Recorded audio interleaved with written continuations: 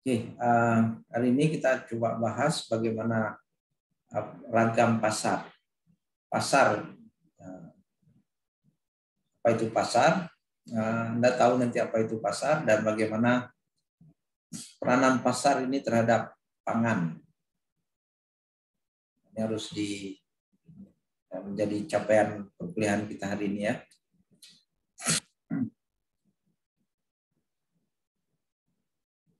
Nah, pembahasan kita tentang pasar ini adalah kita mau melihat dari sektor pertanian, dari dia tanam, kemudian dia panen, menghasilkan komoditas, sampai ke pasar, sampai ke konsumen akhir. Nah, channel-channel ini yang kita sebut dengan supply chain, rantai pasok. Jadi dari pertanian sampai ke industri atau sampai ke konsumen akhir. Nah, ini yang menjadi pembahasan kita hari ini. Anda harus pahami bahwa di pertanian itu ada yang butuh pengolahan dulu, ada yang bisa dikonsumsi langsung. Yang bisa dikonsumsi langsung itu kan buah-buahan, panen langsung bisa dimakan. Tapi ada yang perlu diproses dulu. Nah, misalnya padi, pangan hasil pertanian dipanen dari padi harus diproses dulu, namanya di penggilingan menjadi beras. Nah, beras nanti baru dipasarkan. Nah, interaksi pasar ini yang coba kita lihat ya. Dan seperti ini, pasar itu ada beberapa macam ya. Sebelum masuk ke pasar yang kita maksudkan itu, sebelumnya ada namanya produk. Yang dimaksud produk itu kan barang dan jasa ya. Produk di pertanian adalah komoditas pertanian, hasil panen.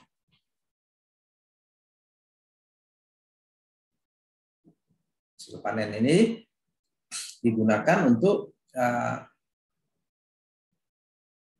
konsumsi atau juga untuk konsumsi atau sebagai input dari industri.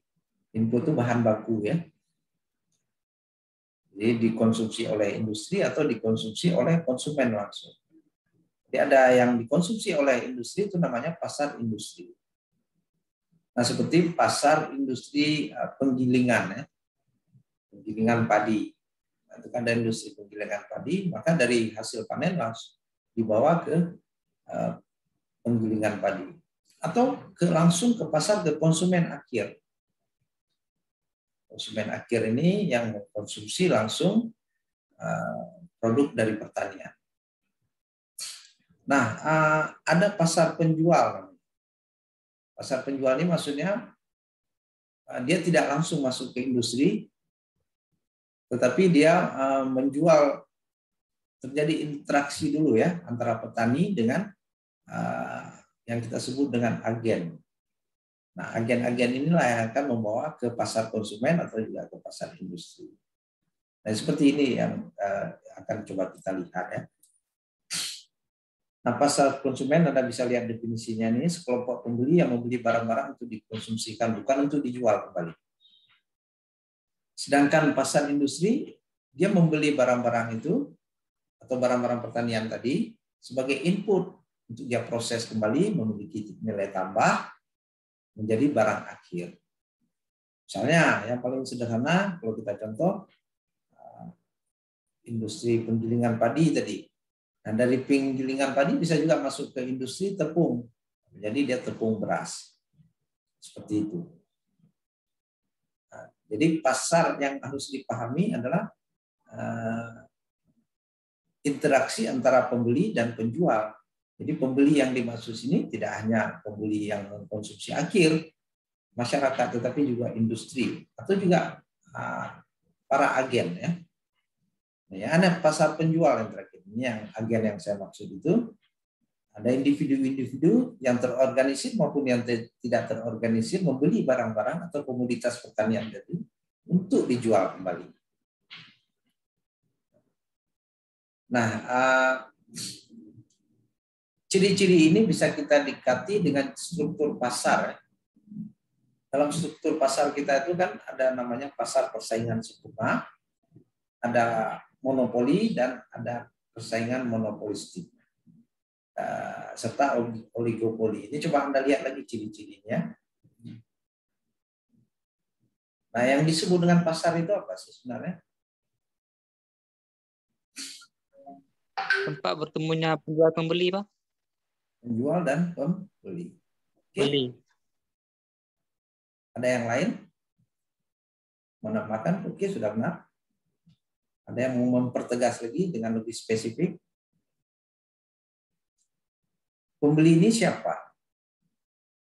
Jadi bisa industri, bisa agen penjual, dan juga bisa konsumen akhir, ya. Yang menawarkannya siapa? Penjualnya siapa? Petani. Produsen. Produsen. Produsen itu siapa dalam pertanian? Penjual. Oke, coba nanti dipelajari. Pemilik lahan. Ini di mikro, ya. Di mikro coba Anda pelajari ciri-cirinya. Lihat ciri-cirinya. Nah, di situ akan terlihat nanti jumlah pembeli dan penjualnya itu tidak sama. Nah, di persaingan sempurna ini penjual dan pembelinya sama banyak. Sedangkan monopoli ini penjualnya atau produsennya itu satu, yang belinya banyak. Ya. Nah, yang ini bagaimana ciri-cirinya? Coba Anda sebutkan. Yang ini juga bagaimana? Nah, ini juga banyak terjadi, ya, terutama di komoditas karet dan sawit ini. Oligopoli ini hampir seperti ini. Seperti itu, ya. Yang jelas yang dikatakan pasar itu ada demand, ada supply. Oke, tadi saya sebutkan ada rantai pasok. Rantai pasok itu adalah dari sisi supply. Nah, bagaimana kita menjelaskan rantai pasok itu? Coba perhatikan ini. Ini ada petani. Nah, petani ini bisa menjual langsung kepada konsumen akhir. Konsumen. Kan? Atau nah, dia ke pengecer dulu. Ini alternatif kedua. Baru konsumen. Atau petani dia menggunakan ke pedagang besar. Pedagang besarnya apa ciri-cirinya? Ya, modalnya besar, grosir biasanya. Baru dia ke pengecer. Baru dia ke konsumen. Atau alternatif berikutnya ada petani, agen penjual, agen-agen yang masuk ke desa-desa, jual di situ. Kemudian langsung dari agen ini baru menawarkan kepada pengecer. Lalu ke konsumen akhir. Atau dari agen penjual langsung ke konsumen akhir. Nah, ini alternatif dari rantai pasok atau supply. Jadi kalau dari sisi supply itu gambarnya kurva supply, ya, bukan kurva demand.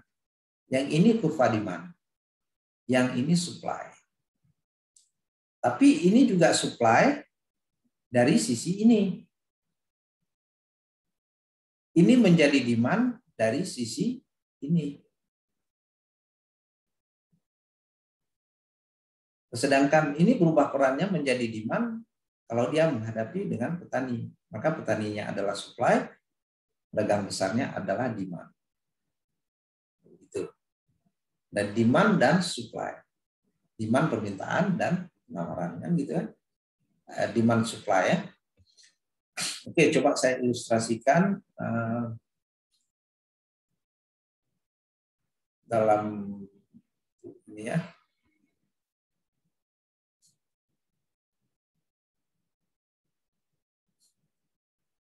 Bisa dilihat ini dengan jelas? Bisa, belum nampak lagi, Pak. Nah, papan tulis, ya. Oke. Udah, Pak. Oh ya, pakai papan tulis.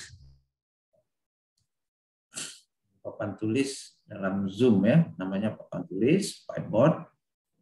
Saya pakai spidol seperti ini. Nah, ini sebentar, ya.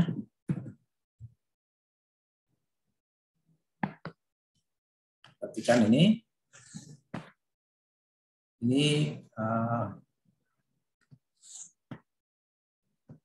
supply, ini supply petani. Ini jumpa dengan langsung ke konsumen. Ini jumlah barang, komoditasnya, ini harga dari hasil panen itu. Bisa seperti itu. Atau ini ada banyak pasar, rantai-rantai pasok inilah yang kita lihat, ya.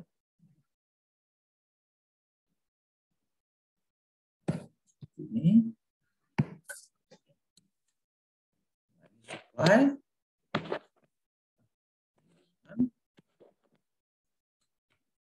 Nah, ini mungkin pedagang besar, Ini harganya, ini kuantitas, ini harga. Dan ini kuantitas, ini harga, kuantitas jumlah hasil pertanian. Nah, suplainya oke, petani ya. Atau dari petani ini ya. Demand juga supply, demand.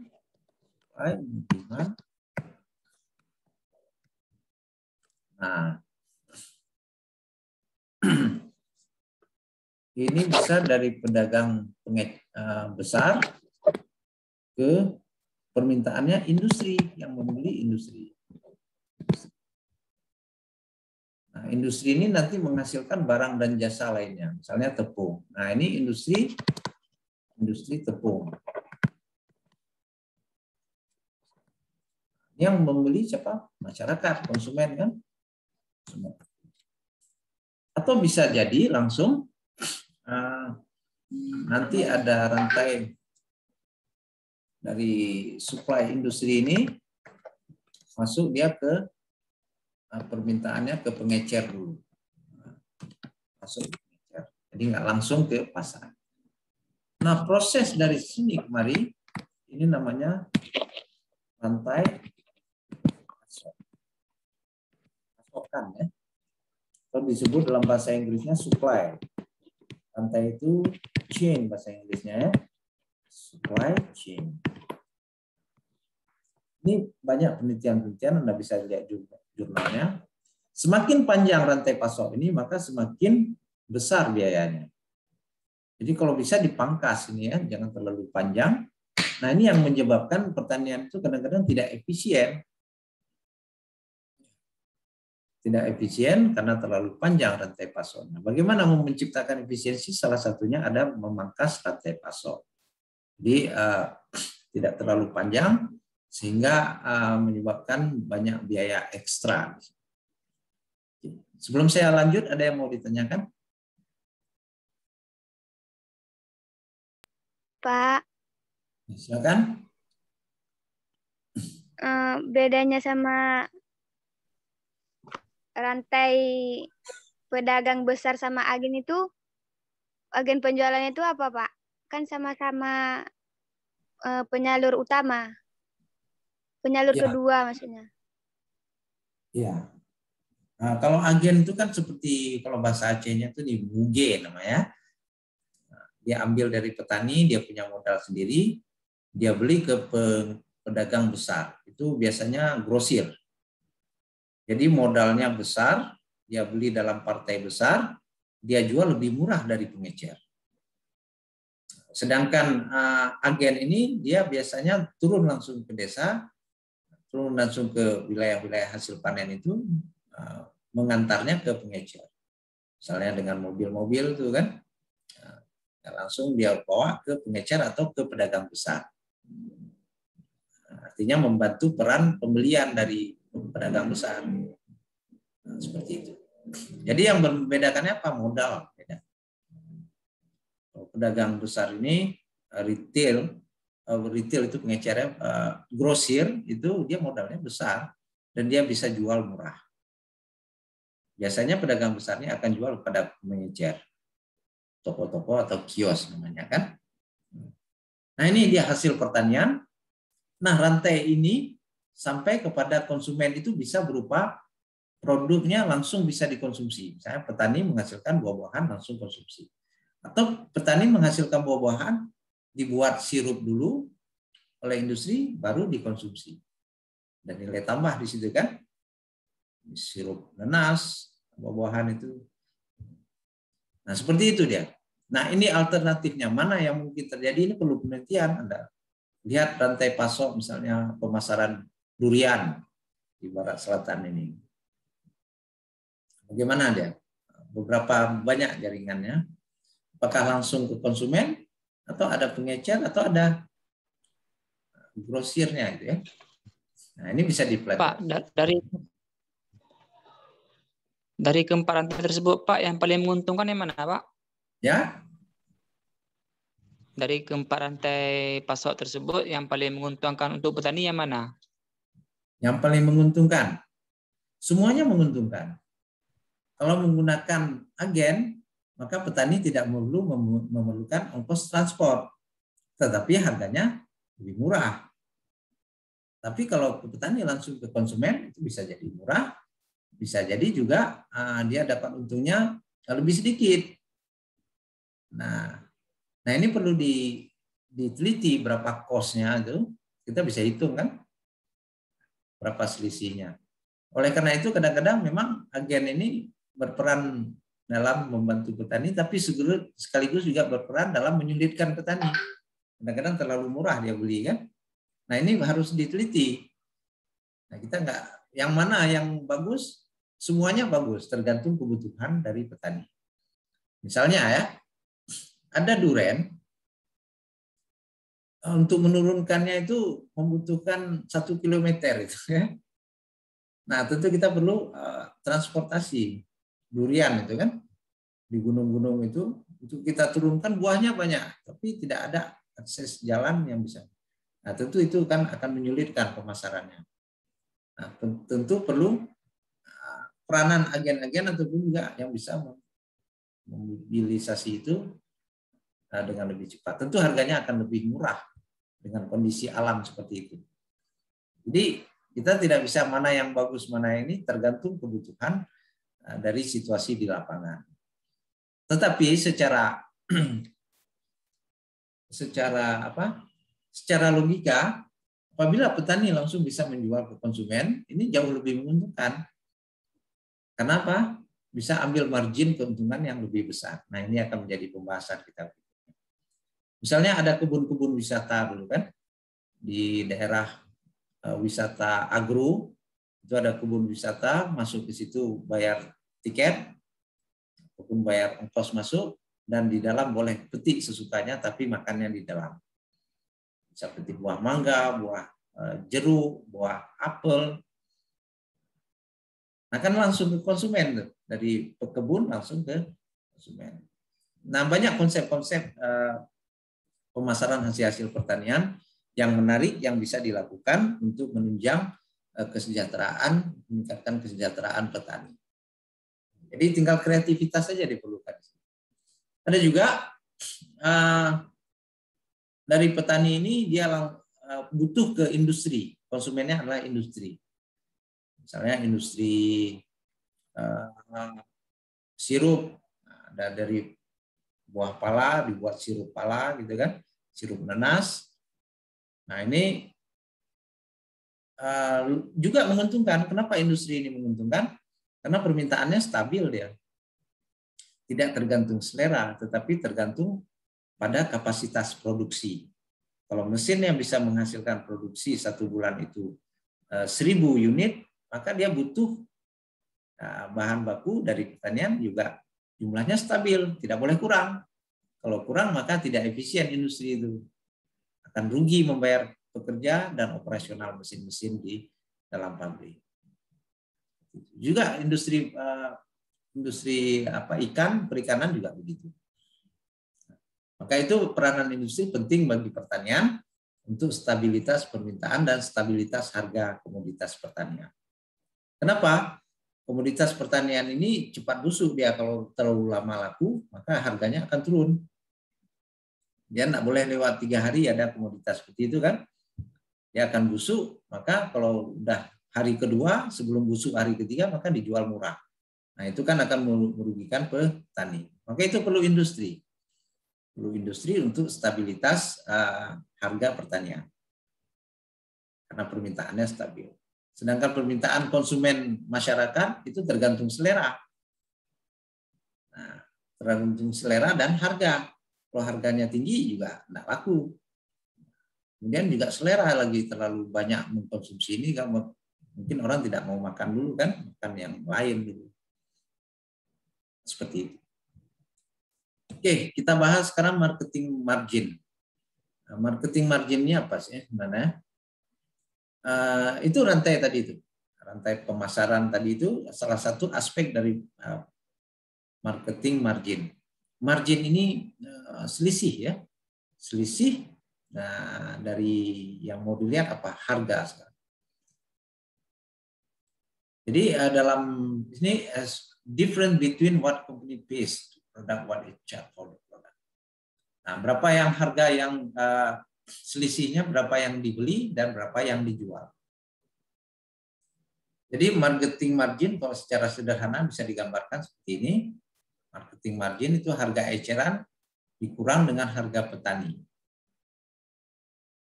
Sedangkan profit margin itu harga petani ditambah persentase harga petani. Berapa profit yang diterima oleh, profit itu laba ya, yang diterima oleh petani. Nah ini kedua elemen penting dalam pertanian, apakah hasil yang diterima itu bisa mendatangkan penghasilan yang menguntungkan? Kalau menguntungkan tentu akan mensejahterakan petaninya, atau merugikan. Maka ini digunakan konsep ini sehingga stabilitas harga petani dan harga eceran itu akan dapat dilihat dari indikator ini. Kalau selisihnya terlalu besar, maka ada persoalan. Mungkin bisa jadi harga ini melesat terlalu tinggi, harga ini turun terlalu signifikan. Bisa jadi selisih. Bisa menyebabkan terjadi selisih. Ini kan kurang ya. Nah, itu tentu akan berpengaruh pada profit margin yang akan diterima oleh petani. Kita lihat contohnya. Ada harga padi di tingkat petani, dijual dengan agen pengumpul 2.500 per kilogram. Sedangkan agen pengumpul menjual kembali ke penggilingan sebesar 2.600. Nah, ini ditanya profit marginnya. Berarti ini ditanyakan persentase ya. Kemudian juga marketing marginnya. Harga eceran kurang harga petani. Nah, kita bisa hitung dia. Yang pertama,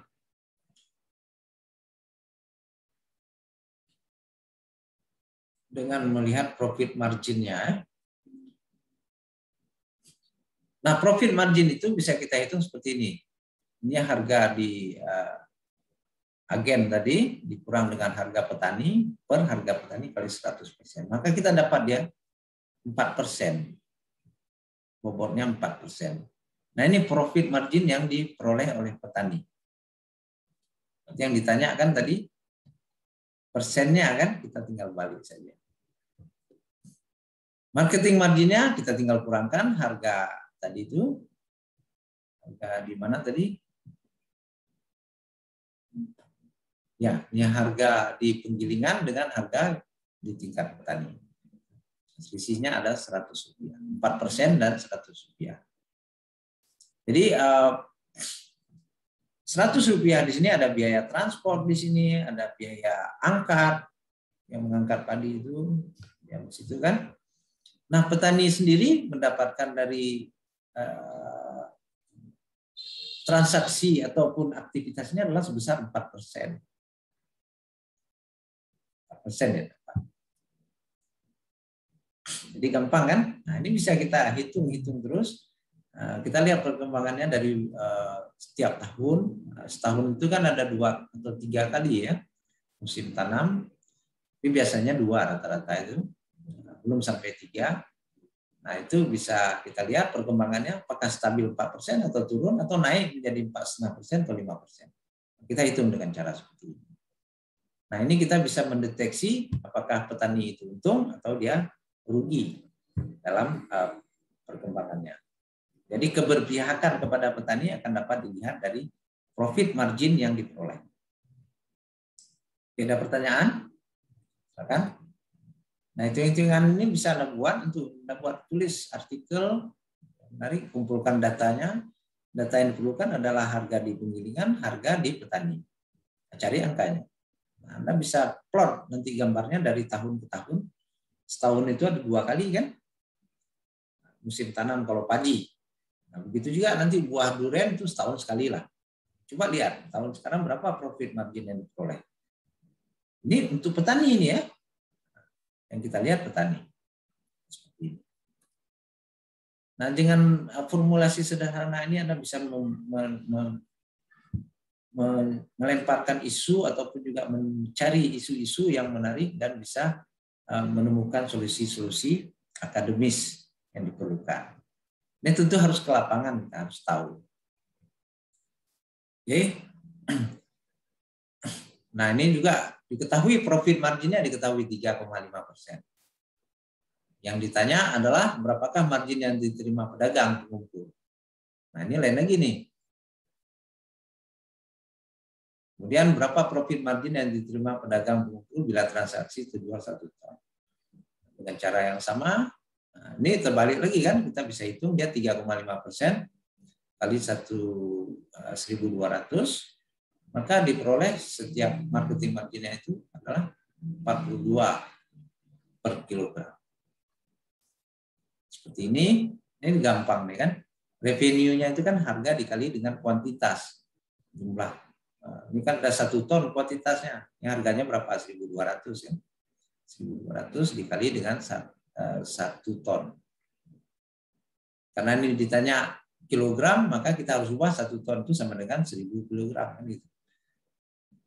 Ini Anda cari. Nah, ini kita bisa bikin analisa juga. Analisa bagaimana perkembangan profit margin dan marketing margin dari petani itu dari tahun ke tahun.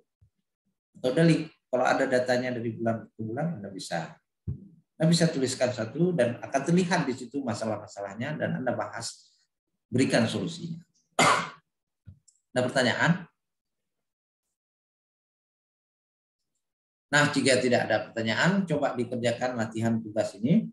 Nah, ya. Nah, coba dikerjakan, nanti dikirim ke link yang saya berikan. Link saya berikan itu coba Anda kirim. Ada berapa nih kan? Gampang hitung-hitungan tadi itu. Kirim itu sebagai tanda absensi hadir hari ini. Oke?